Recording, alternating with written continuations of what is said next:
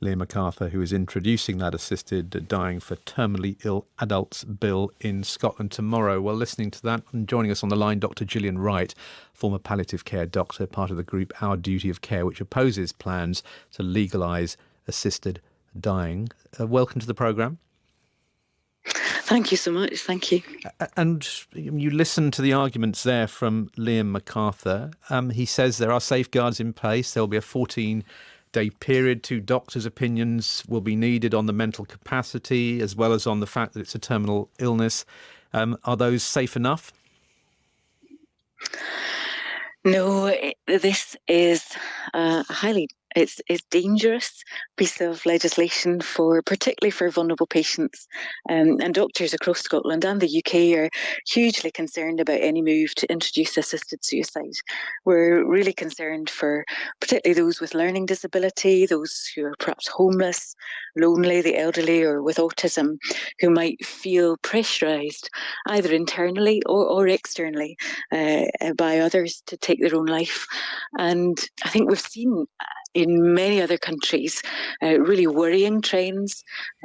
For example, in Oregon, about a half of patients who do opt for this cite feeling a burden on caregivers as one of the reasons for choosing this. So it's hugely important that we think through the unintended consequences. Yeah, and I think about a third in Oregon who are approved for assisted death actually don't go on to take the medicine. And one of the arguments is actually this can be part of the palliative process, actually just giving someone the option and giving them peace of mind to know that should they want to do something that would take their own life because they're in distress, they have that possibility. Yes.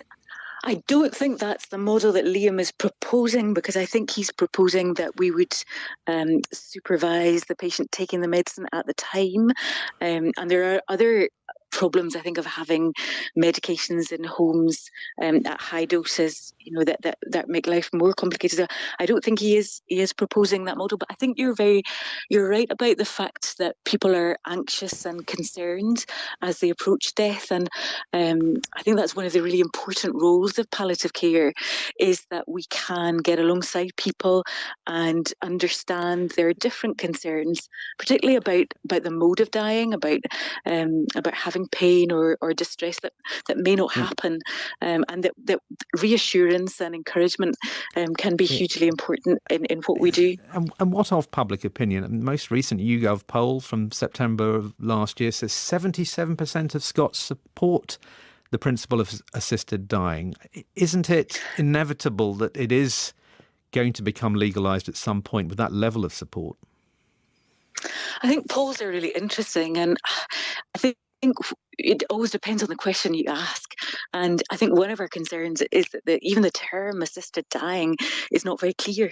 And there's good research to show that many people answering these types of polls don't understand exactly what assisted dying means. Many mistake it and think that it's palliative care, some think that it's stopping treatment, some think that it's not having resuscitation. So that's one of the aspects that's really important. And the other is just a natural reaction. I think that none of us wants to see anyone suffer at the end of life. And I think the concerns really build when you learn more about the processes, about exactly what happens to those who might be vulnerable, about the wrongful deaths that are occurring in Canada. For example, it was brought in Canada for a narrow group of patients, for those who are terminally ill, who have consent.